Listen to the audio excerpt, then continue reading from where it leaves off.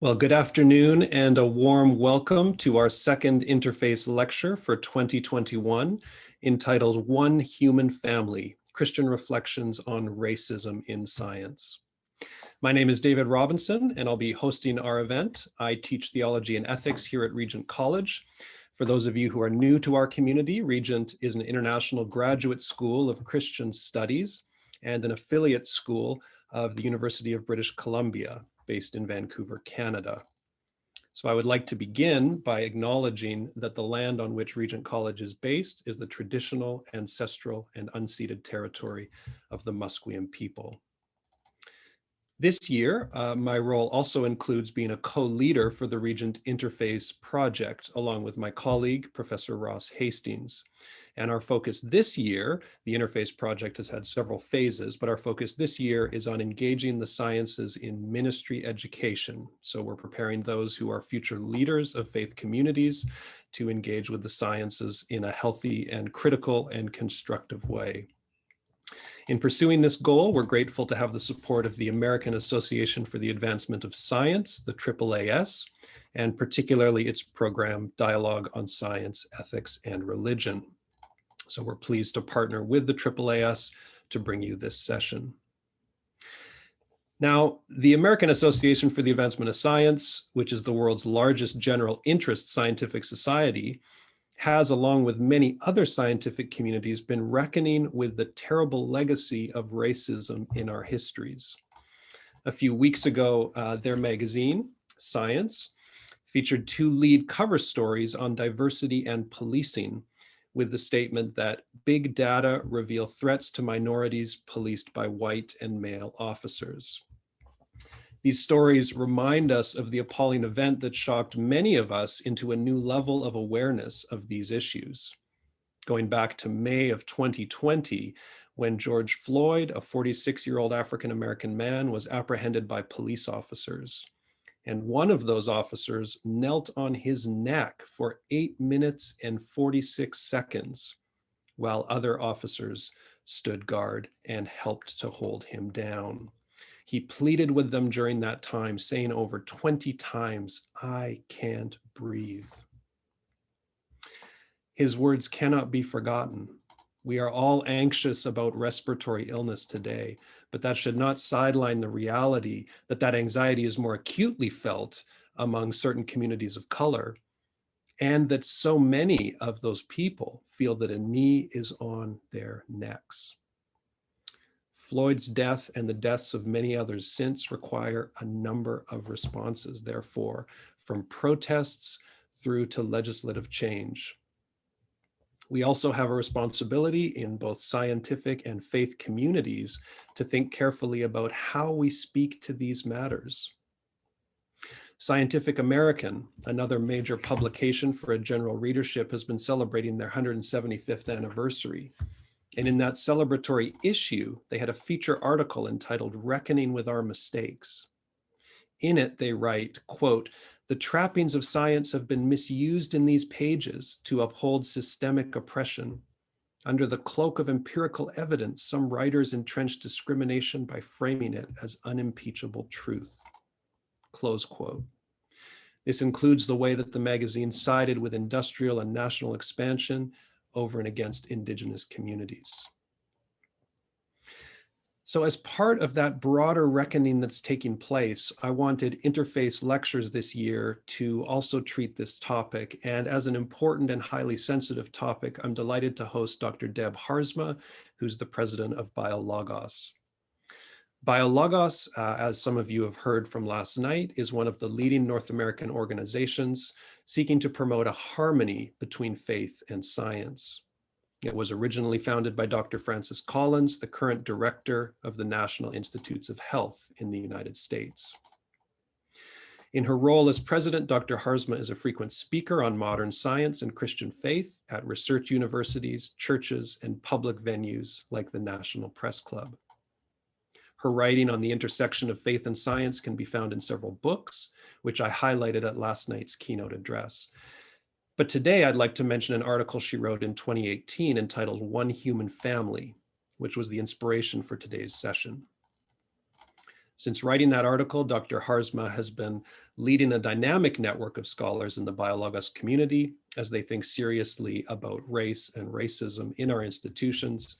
And they're also helping us to critically consider the way we speak about humanity, ourselves and others, in ways that are more true to the scientific evidence and also more theologically robust and reliable. So I'm going to turn it over to her in a moment here, but let me say a few words about how the session will run. Dr. Harzma will speak for approximately 35 minutes, after which we will have time for Q&A. So if you would like to submit a question, you can do so using the Q&A feature at any time during this session. That's found at the bottom of your screen. There will be no chat feature during the session, but you can submit your questions and comments through the Q&A feature, and then I'll be relaying those questions on to her for a period of approximately 20 minutes after her talk. We'll then conclude with a few announcements and be done around about the hour. So let me turn it over to you, Dr. Harzma. Thank you for being with us. Well, thank you, David. It is good to be with you again for this session. I've been enjoying my time here, virtually, but being part of the Regent community for yesterday and today and interacting with several of you. So last night, I spoke about astronomy. That's an area in which I am an expert. I have a PhD in astrophysics and have done research in that area. Today's topic is entirely different. Talking about race and science is a much more sensitive, it is much more on the minds of everyone in our culture, and it's an area in which I'm not an expert. So I'm speaking to you today as a fellow traveler on the journey, and I want to share with you things that I have learned along the way and things that our organization has learned along the way. So first, I am white. You probably guessed that, looking at my pale skin and my brown hair, which is turning gray here. But what I'm telling you is that I am white in a cultural and experiential sense. So let me share my screen and show you a little bit more background of my family.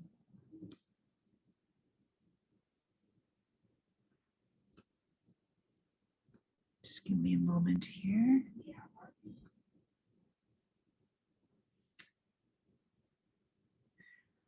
So here we are. This is my grandmother on the left here in the lower left. Isn't she cute? That's in 1927.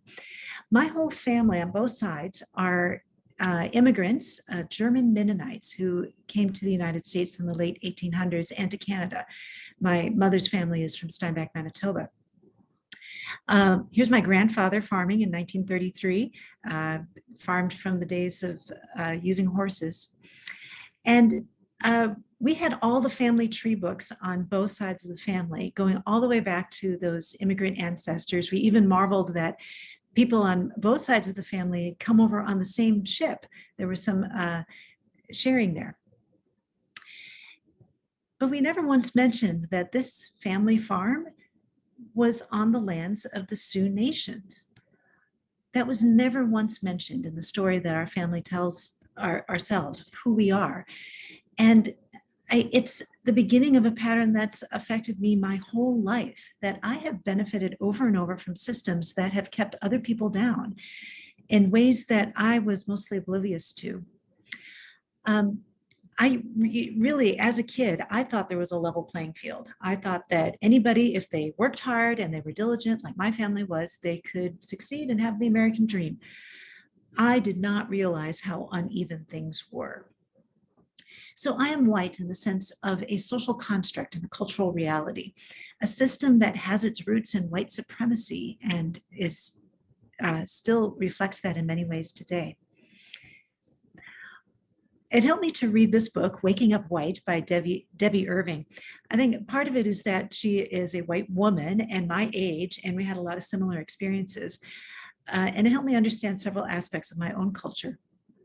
One thing that really struck me reading this book was her stories of discovering how people of color are talking about race on a daily basis. It is constantly impinging on their lives, constantly something that they have to wrestle with and fight against the racism around them. But for me as a white person, I can choose to opt out of that. I can choose to ignore race anytime I want and just escape back into my white bubble. And realizing that made me commit to taking the awkward step of engaging race. It's going to feel difficult and awkward. I'm sure I'm going to say the wrong things sometimes, say it in the wrong way, but I'm convinced it would be worse to be silent. So our organization has also been taking steps in this direction. I said a little last night about our organization. BioLogos, our mission is to bring together biblical faith and rigorous science on the most pressing issues of our day, and to do it in a spirit of humble dialogue, of valuing people who have other views. Now, we are a majority white organization. We started out that way. I helped invite people to conferences back in 2013, 2014, where we looked around and went, oh, just about everybody is white. We had not even thought enough about the importance of diversity in that respect. We have since worked hard to add more people into our community, into important roles of being our speakers and being in leadership, but we still have a long way to go. We are convinced, though, that our mission, bringing together God's word and God's world, is not something just for white suburban evangelicals, but it is for all people. So we are working to address issues of race as they intersect with science. We're not attempting to address all issues of racism, but where they intersect with science and healthcare. So today I want to talk about two areas, the biology of ancestry and then the social construct of race in healthcare and science. So first, the biology of ancestry. So looking at this diagram on the screen, you probably immediately have categorized those drawings into different races. We are trained to do this, trained to categorize those people as white, black, Asian, etc. But do those races, those broad 4 or 5 categories that we refer to all the time, do they have a biological basis? Well, let's take a look at what biology is saying. So consider our DNA. Our DNA is stored in our genes and chromosomes, and we have 3 billion base pairs. That's pairs of these letters of A, G, C, and T. Now, DNA is stored all coiled up in the centers of our cells in these chromosomes. But if you uncoiled it and you stretched out the DNA from all of your cells into one long line, it would stretch all the way to the sun 100 times. Okay, I'm an astronomer, I have to put it in astronomical terms, but it's still really amazing how much DNA is in our bodies. Now, of those 3 billion base pairs, those letters of the genetic code, almost all of them are the same for all humans. 99.9% of those 3 billion base pairs are identical for every human. And in fact, our entire species has less genetic variation than one subgroup of chimpanzees. Other species of primates have much more variation across their species than do humans. Genetically, we are one human family. Now, a lot of lies have been told about this over the centuries. Lies that people of one skin color are significantly different than people of other skin color. And that is actually biologically not the case. Biologists know how to classify races and other species. One criteria is to look at the amount of genetic variation that exists within subgroups in that species versus the entire species. Now that there is a quote from Dr. Joseph Graves. He is the first African-American to earn a PhD in evolutionary biology. You can hear him in a BioLogos podcast interview explaining this in detail. So if we're looking at genetic variation, that's how much that 0.1% where we differ from each other, how is that variation spread out between us? So we're talking about the variations here that are traits that we all share. So what are the genes for eye color and skin color, but also for things like your earlobes. So do you know how ears have there's either an attached lobe or a detached earlobe. That's a single gene in your genome, and different people have different ones. And there's all the genes that that account for some of our differences. Now, if you look at those genes that vary from one person to the next, 85% of those variants are found in all world populations. They're spread everywhere. They're not clustered. There's 10% that are clustered on continents and 5% that differ between smaller populations within continents. So although there are genetic variations between different ancestry groups, those are the variations within those groups are much larger than the variation between the groups. So here's a visualization of that. Our popular conception of genetics and race, there's 4 or 5 categories. I've drawn them here as blue, orange, green, and gray. And there's little variation within each one, and they're dramatically different from each other. But what is actually the case is that for different populations, well, there's variation, but those different colors, as I coded them, are spread across all of these. Now, here's this group here in the upper left. It doesn't have any of the orange. This group doesn't have any of the blue. So there are slight differences, but for the most part, these variations are spread across every group. Another way to think about this is geography. So I'm going to show you 2 maps here, and these are geography of genes, and it's genes of indigenous populations. So not looking at all the recent migration around the globe, but looking at those who've lived in their geographic areas for a long time. And there's the geographic distribution of skin color, and you can see that on the map. That's not surprising. That's kind of what we expect. But the social construct of racism would say, well, those with darker skin color also have a whole bunch of genes that are different from everyone else. And that's not really the case. So this is a geographic distribution of blood type. And it's completely different than the other map. You can see, especially in Asia, there's a lot of variation between different geographic populations and what their blood types are. Now, in our cultural conception of race, we would say all Asians are one group. They're all lumped together. But this shows, well, there's more variety within that population than there is elsewhere in the globe.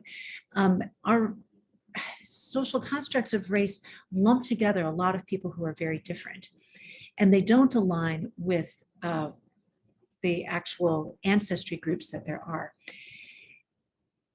So here is a chart that defines these 2 categories I've been talking about. On the left, the social construct of race, and on the right, ancestry. There are biological differences between different geographic people groups, but we're talking about over 100 groups around the world. And ancestry would include information about how a person's family history is unfolded over time. It's not a single race. It might be have multiple races contributing. Race is a category invented by society to distinguish between groups of people.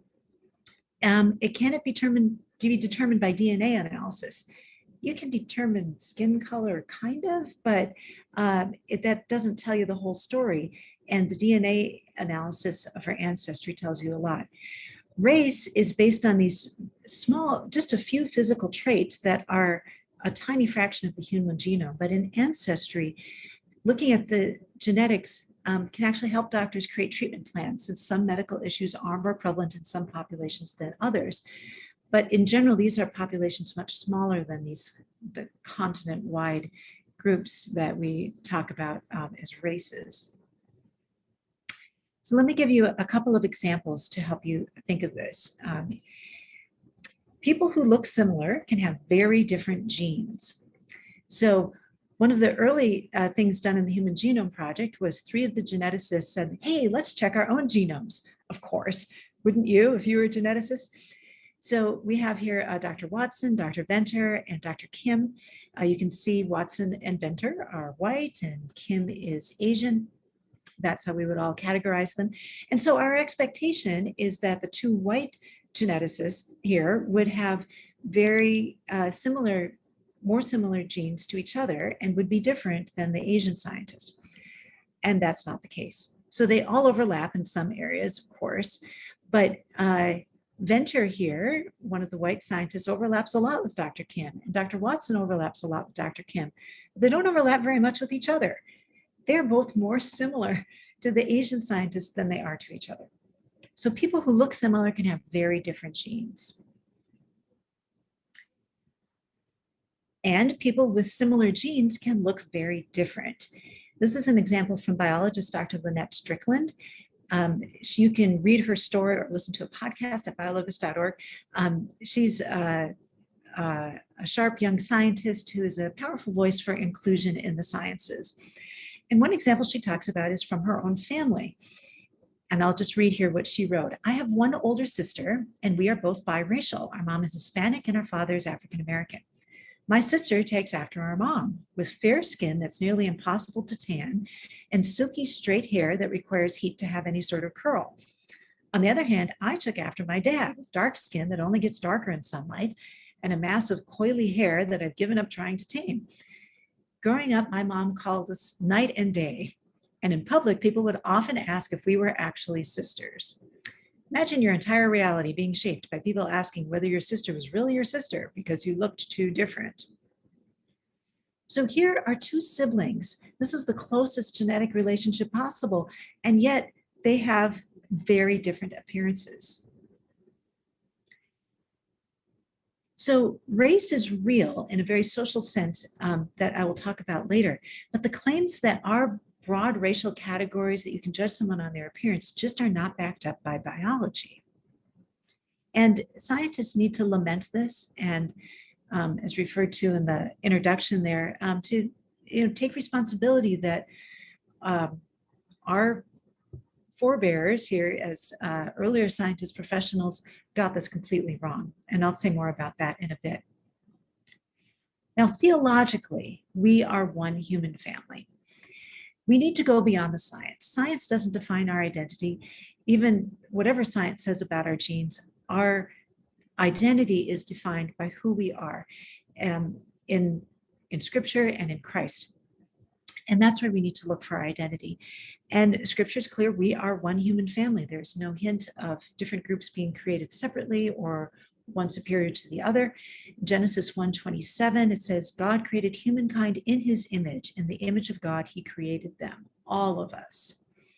And in Galatians 3, Paul writes how Christ overcomes some of overcomes our racism. In Christ Jesus, you are all children of God through faith. For all of you who are baptized into Christ have clothed yourselves with Christ. There is neither Jew nor Gentile, neither slave nor free, nor is there male or female, for you are all one in Christ Jesus.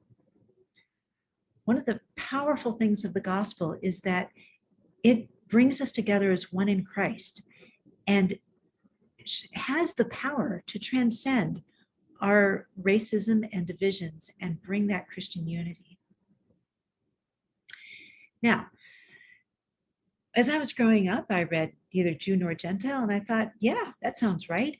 I was taught to be colorblind, to say, well, everybody has equal merit, and we can just ignore the color of their skin and their race and treat everybody the same, and everything will be okay. I lived for decades with training myself to think that way. But I've only learned recently how deep the problems are with this. First of all, being colorblind like that, it gives you no tools for combating the racism that still exists.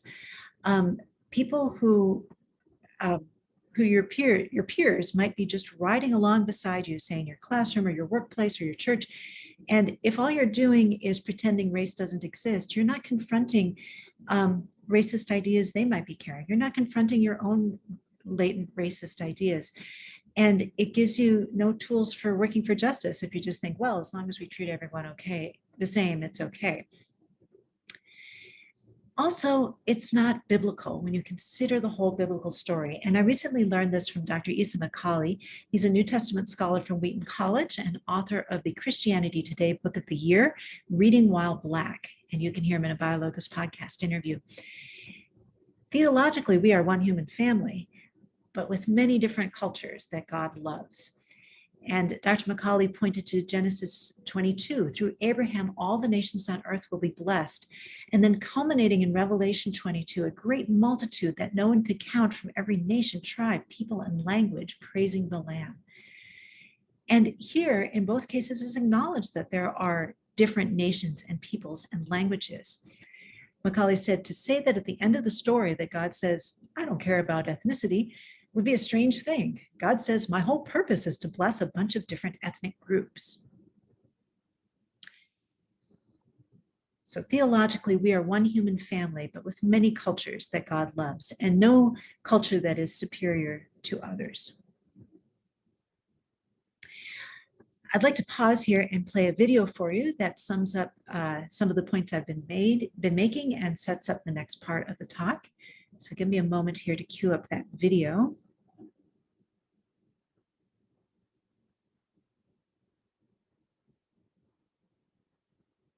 About race, about thinking about human. Our species, anatomically modern humans, are a young species with very little genetic variation. Would you like to know how little? We have less genetic variation than one group of Western African chimpanzees. Our species, in fact, really does not have biological races. So humans present this conundrum. Science helps us in saying race, right, black, white, Asian, are not biological units. So how is it that humans can be so widespread and look so different and yet share so much in common? That's a huge challenge for science to figure out because that's not the typical pattern for mammals. My job as an educator is to understand the ways in which race is real and the ways in which it's not real. It is a lived experience. It does have impacts on our biology, but it is not biology. Americans routinely conflate socially defined and biological conceptions of race. They are not the same thing. That's what's hard for people to understand, that these social constructs, these ways of being, these structures of history and politics and economics and health are very, very real, but they're not explained by our biology.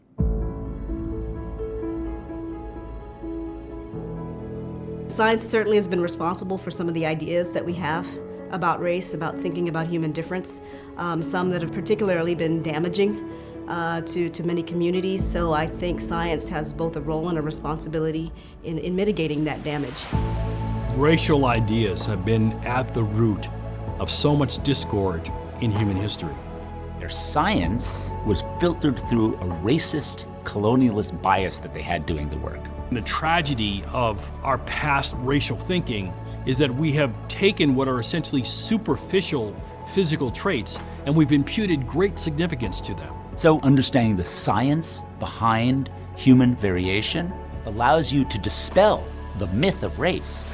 Now genetics have become a tool where we can explore distant relationships. It can upend the narrative and really cause us to question what we think we know. When we dismantle racist concepts, it makes it a whole lot easier for us to be able to view other human beings as precisely that. People who have the same aspirations as I do. Once you've dispelled the biological underpinning for inequality in this country, you're then faced with a political, historical, and social reality. And as a moral and ethical imperative, you have to deal with that. And that's why it's so hard to teach race and racism, because people don't want to deal with how messed up we are and how hard it is to get out of this hole we've dug for ourselves.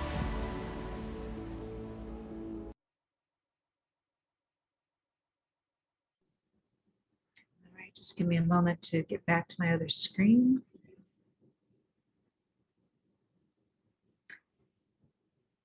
So one line from that video from Dr. Torres was understanding the ways in which race is real and the ways in which it is not. I've explained how it doesn't have a genetic basis, but it does affect people's biology because they have to live with the social construct of race, and that does have real impact on health. And that is my next topic here about how race is tied into healthcare and science. First, a couple more definitions I found helpful. This is from Robert Chao Romero. He is half Mexican, half Chinese. He described prejudice as saying, my culture has honor, but yours doesn't. And racism is saying, I will create laws and structures to privilege my people. And because you are culturally inferior, you won't have access to the same privileges. So I will try and use the words in that sense. Because human nature is sinful, sin is ordinary, and that makes racism ordinary, and it is everywhere. As mentioned in the video, a lot of science done in the 1800s had this racism running right through the middle of it. And a big example of that is eugenics. This is Professor Dave Unander, who is an expert in this area. And here's how he explains eugenics. Claims of racial inferiority gradually adopted a pseudoscientific argument that there were inferior and superior races. Now, Darwin despised slavery and described atrocities he saw on Brazilian plantations. So what he's saying there is that the evolutionary science itself and Darwin himself aren't the source of all of this. But the idea of evolution as a struggle for existence, however, was quickly claimed as justification for the subjugation of all peoples under fitter Europeans. By the late 1800s, evolution was the metaphor for eugenics, a program to reduce or eliminate inferiors within European nations while promoting superior types, but also to eventually eliminate inferior peoples worldwide. This was accepted wisdom across a wide political and academic spectrum. And it continued to be widely accepted until the Nazi era, and then it became more of a minority view, but there's still threads of it around today.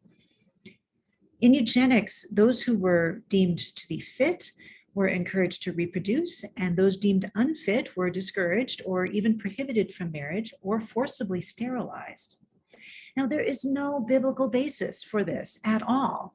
In fact, it is contrary to countless passages showing that we are to show extra care for the weak and the oppressed, not to try to eliminate them from the population.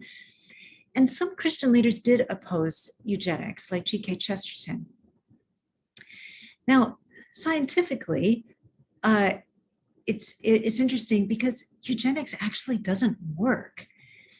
So when they talked about unfit, they included a variety of categories. Yes, skin color, but also things like epilepsy, bipolar disorder, alcoholism, physical disability, criminals, deviants, even those with low IQ. Those could all be reasons somebody might be deemed to be unfit. So does it actually work to try to breed those people out of the population? Well, the research attempting to show this was actually not very rigorously done. There were no studies that really showed this worked. And the reason for that is some of these traits that they're studying have very little genetic basis. They're more from environmental and personal choice. A lot of the traits they studied are actually based on multiple genes, not single genes. Remember I said there's a gene for your earlobe? Well, that's a single gene. But a lot of traits like intelligence are based on many different genes, and the inheritance patterns are entirely different. So just allowing one person not to reproduce does not actually eliminate that from the population. And most traits are based on complex interactions between genetic and environmental factors that we don't even understand today. So eugenics is morally wrong, and it's not supported by the science. And yet scientists kept, and many educated people, and sadly many Christians, kept supporting this. And really the only explanation I can think of was white supremacy. They just had this concept that we're superior and others are inferior.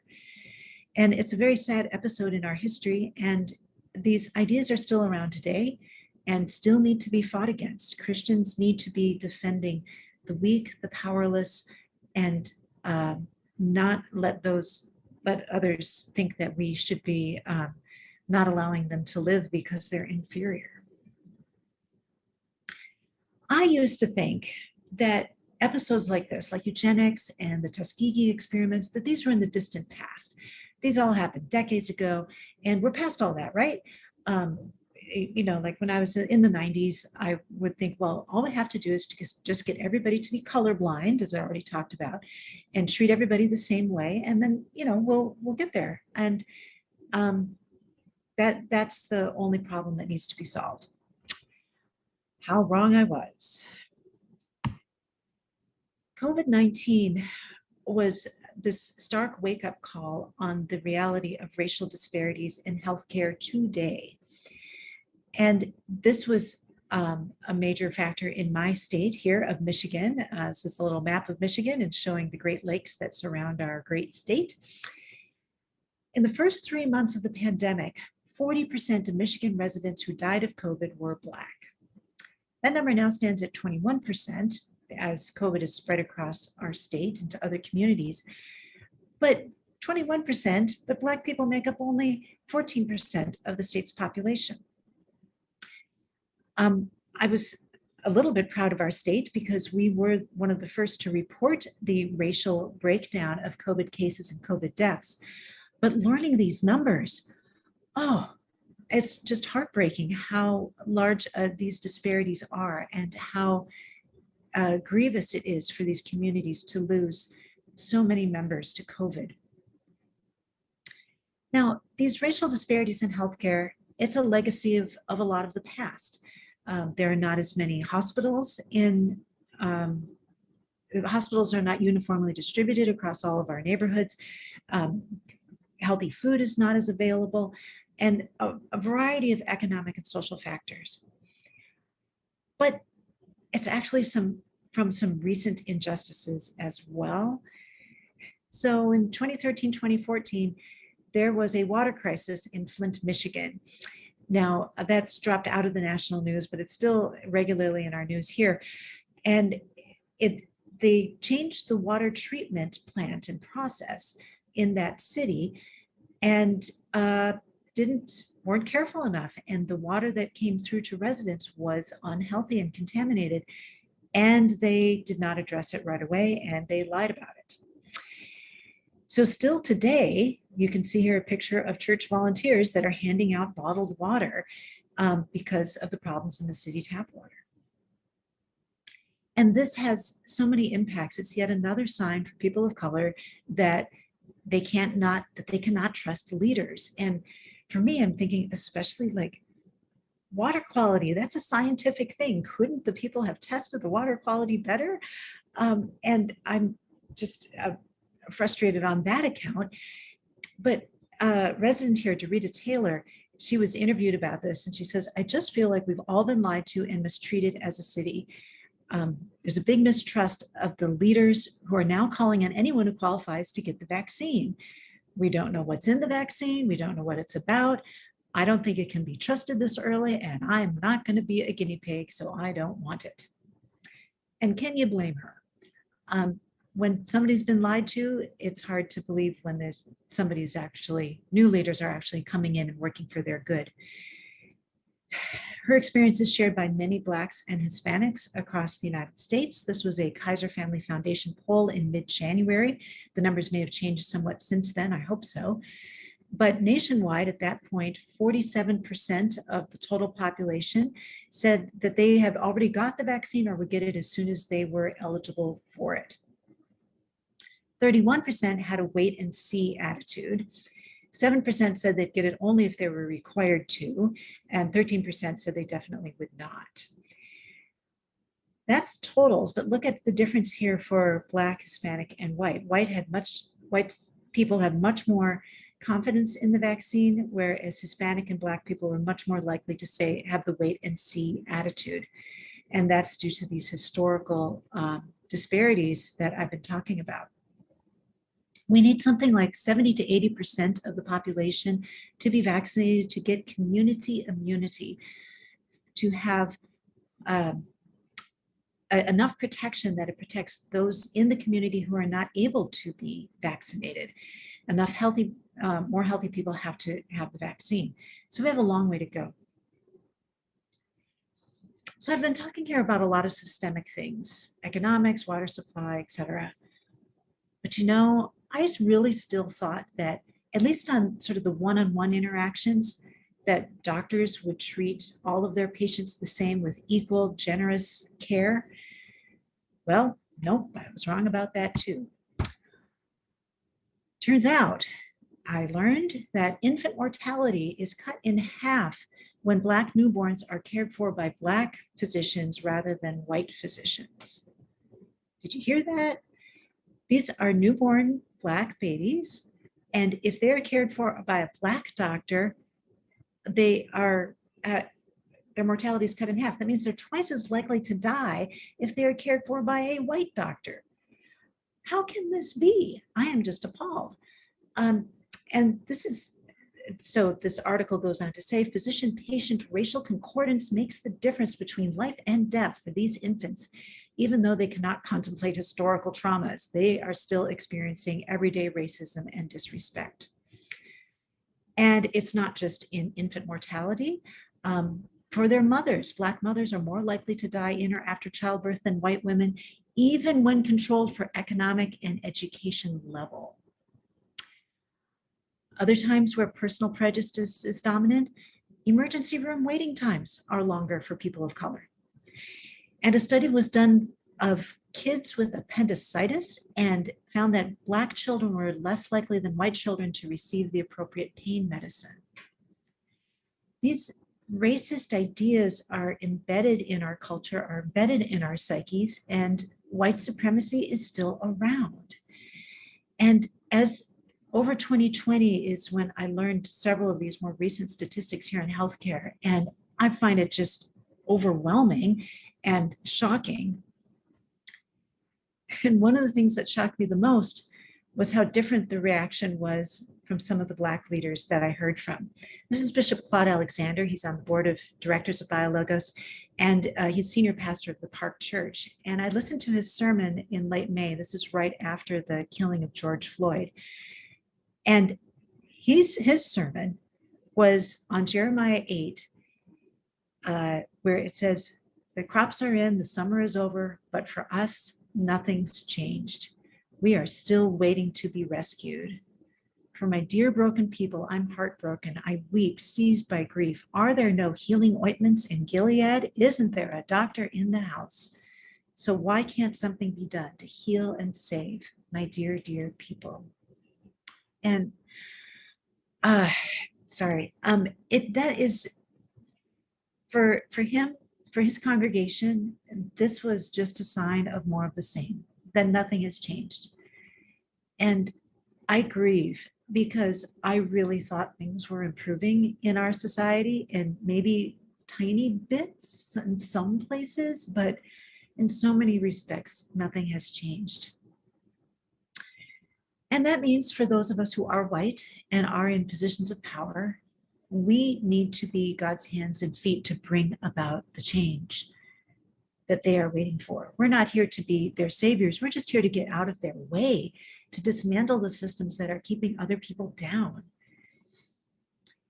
So let me tell you a few practical examples of what can work in this direction.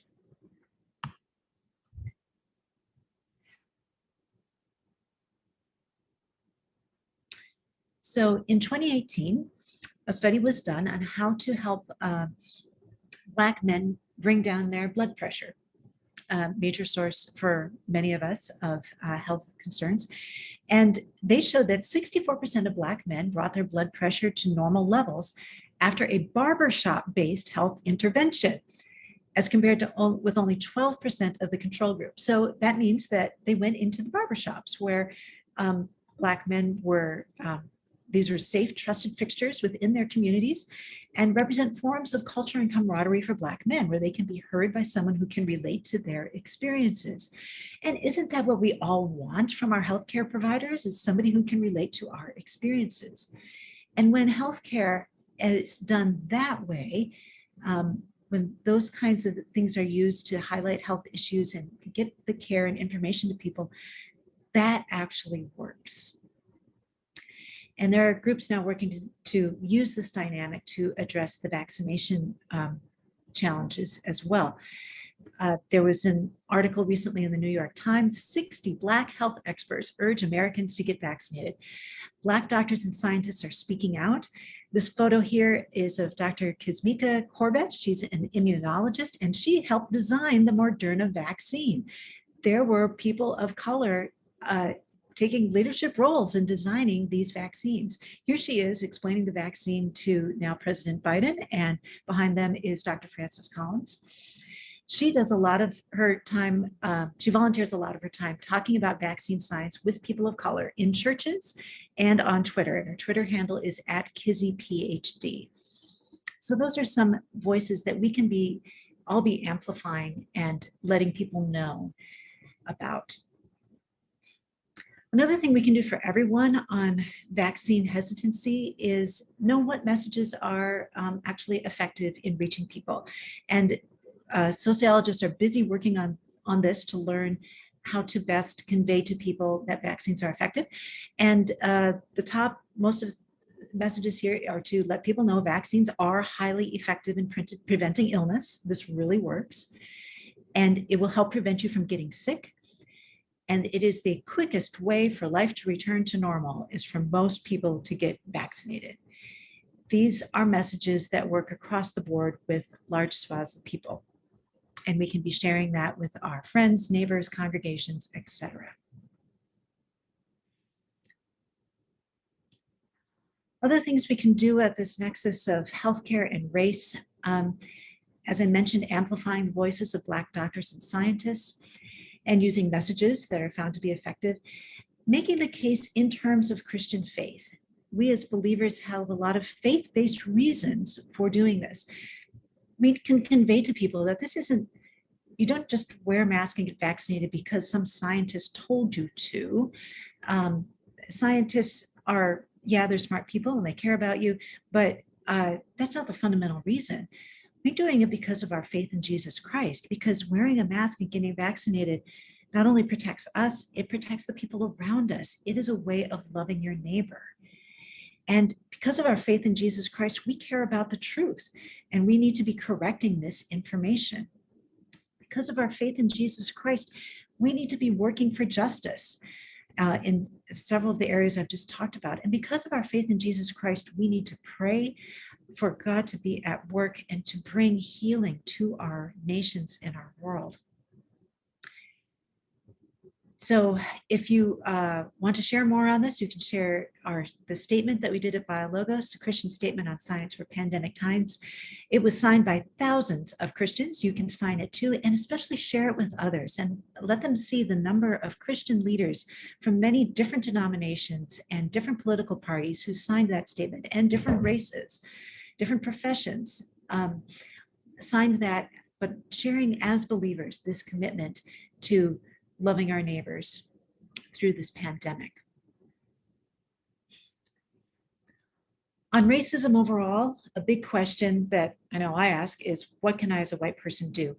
And I heard a talk recently by historian Jamar Tisby, and he broke it down, and this is coming out in his new book, the ARC, the Arc of Racial Justice. And he makes it 3 simple steps. A, for awareness, learn the racism playbook so you can counteract it. And I've helped you today in learning more about the facts behind some of these racist things. R is for relationships, real friendships across race. All reconciliation is relational. And C is for commitment. And he emphasized that you can't stop at A and R. You have to commit to making real change to racist systems. So those are the steps we need to, that white people can be taking, that anybody in a position of power can be taking to dismantle these racist systems. We are one human family. Theologically, genetically, biologically, morally, we are one human family. My prayer is that Christians be known as the people who are most wise in discerning science, most courageous in fighting for justice, most compassionate in caring for the sick, most willing to make sacrifices for the sake of others, as we follow in the footsteps of Jesus. Thank you.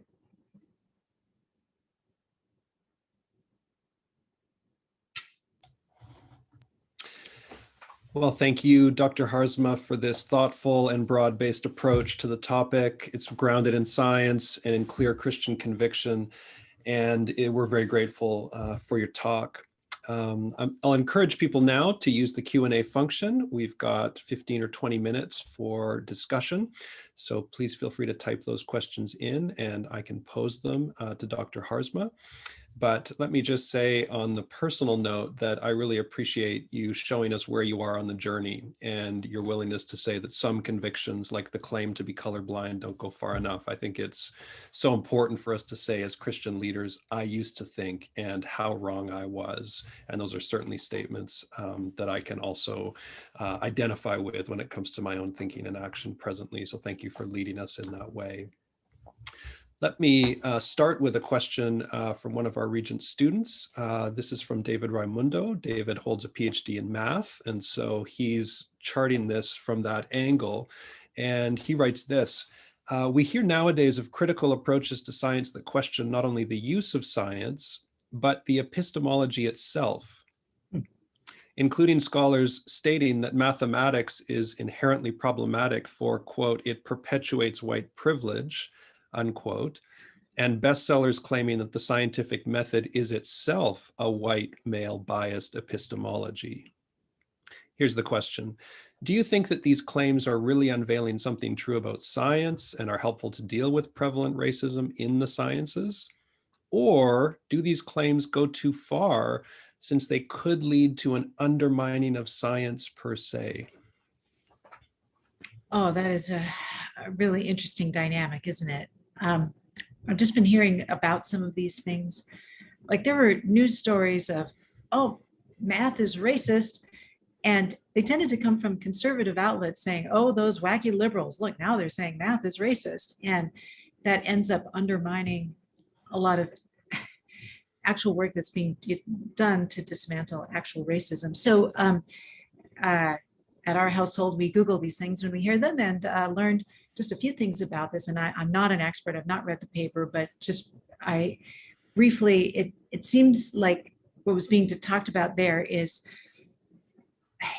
in math education, when you're looking at a classroom full of students, what are the racism can enter in how you interact with those students. Are you allowing them to get to the correct answer their own way, or do you force them to do it a certain way? Are you acknowledging them as people, acknowledging their potential and skill in those areas? Those kinds of things, I believe, was what some of the underlying research here is. That paper said, well, yes, of course you correct students when they make mathematical errors. There is right and wrong in mathematics, and there is right and wrong, a little less obviously, but often objectively in many cases in science. So, but we are human. Scientists and mathematicians and teachers are all human. And so because of that, yes, racism enters in. I know in my, all of my physics textbooks, it was all white males, Europeans, who were being boom, boom, boom. Here's all the leaders of science. There were, and a few of the 20th century names started to draw in people from elsewhere, very few women mentioned. And those are things we can work to correct. Like, so I'm an astronomer, but you know that film Hidden Figures that showed the Black women at NASA in the 60s who were programming the computers and doing the math and engineering? I didn't even know that story. And here I am, a woman in the field. Like there are so many stories we haven't told well and that we've silenced. So there is much to be done in that respect, and much to be done to encourage people of every background to pursue math and science. Thank you so much for that. Here's a question now from Robert Mann. Robert writes this: how much do you think that scientific arguments of this type, the one you've given, are effective? Isn't it the case that people that are predisposed to be racist will dismiss these arguments, and people that are against racism would still be against it, even if the science supported genetic difference? Well, yes, that's a really good point. So what does it take to change somebody's mind and thinking about race? Probably these scientific arguments are not going to go a long way with somebody who is a very committed white supremacist. It's still important for all of us to know, like, there's so much information I just didn't even know. And I think it affects how we then set policy, how we work in our churches, how we educate our young people. And those are all very important things to do. And I guess I am still hopeful in one respect that there are many people who are open to change if they did hear better information.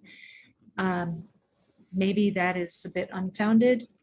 There is also, Dismantling personal prejudice, I don't have good tips for you on how to actually do that. I'm sure some experts have worked out appropriate ways or somewhat effective ways. Do you have something in that magazine? Yeah, so this was going to another question that's come up okay. here, but thank you for that. Thank you for that answer. And that's something as well that we'll be discussing later this afternoon when we talk about the pandemic, and just that question of bringing scientific evidence to bear and have someone that's predisposed to reject it, right? And how can you be effective? So we'll bring that into a broader conversation then as well.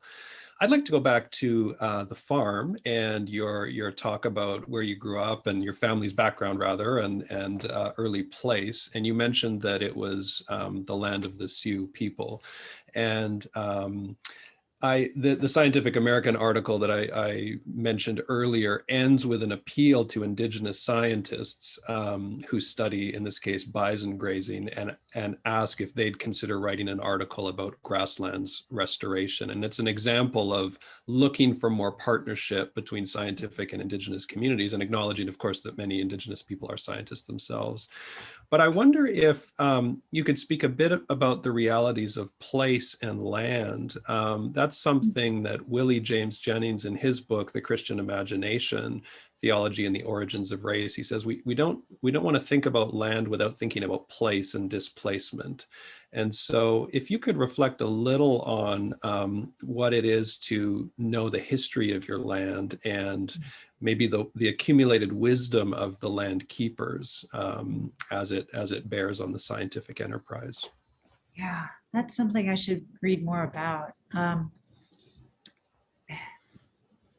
Yeah, I mean, one way I know a little bit more about the redlining of how land is handed out housing and who is eligible to get loans for housing, and how people who were not white were deemed unacceptable to get these loans and so forth. There are many things tied to land and place. So I looked for an eye doctor recently, and I probably used to, maybe just look for the best one that had the best medical rating, but I thought, well, let's just plot these out geographically and see where they are. And sure enough, they're all either downtown or in this ring of the rich white suburbs. And the one closest to me is like this boutique, you should see the carpeting and the light figure. It's just gorgeous. And I'm like, well, where our church is located is a predominantly African-American community. And I'm like, well, where's the closest eye doctor for them? And so there are real things about place that matter to us as embodied people, and justice is tied up in that. Thank you so much. I appreciate how you've charted some of the urban realities here that take place. That's so important. Another encouragement about the Q&A, we still have time for a few more questions if people would like to submit them. But in the meantime, let me ask about, so someone has asked about if you could comment on, some people will say, well, it's just reverse discrimination to start to try to rectify things and talk about white supremacy and so on. How do you respond to that particular position?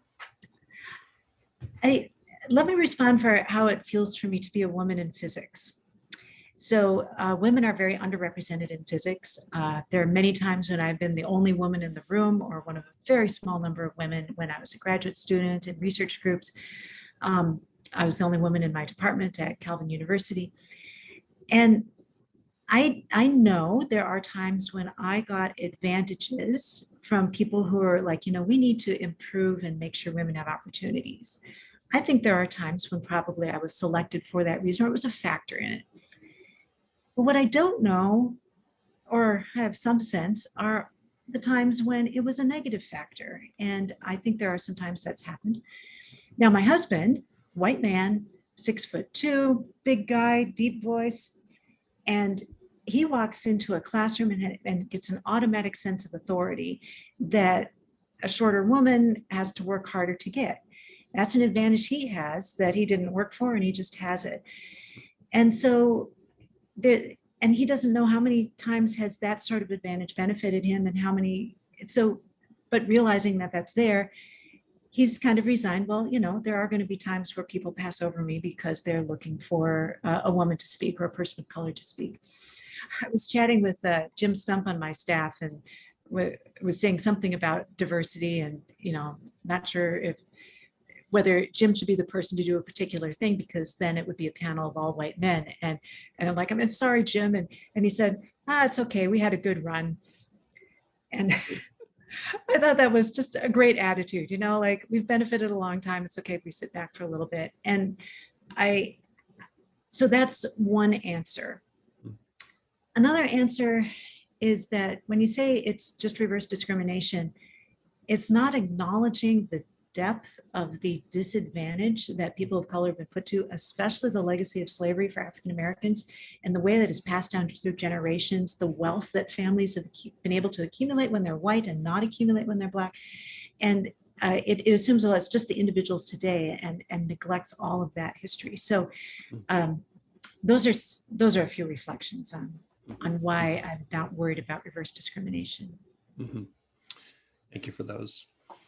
Well, I think then we can conclude our time together. Thank you for engaging those questions and providing us with such helpful material. And in many ways, the resources you've indexed here for us can help when people, as further questions arise, to go to the BioLogos website or to go and link into some of these additional sources.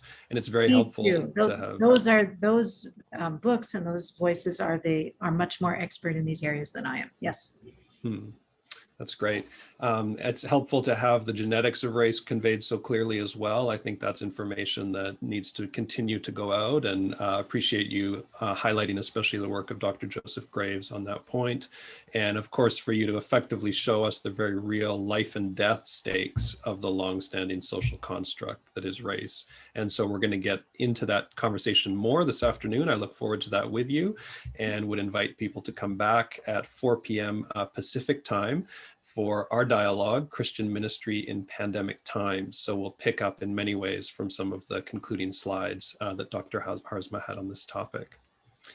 Thank you, though, for your engagement during this lunchtime lecture. We're glad you could join us. And thanks again to Dr. Harzma for her thoughtful approach and for your ongoing work at BioLogos. We wish you all the best as you continue to address this important topic there. Thanks. Thank you.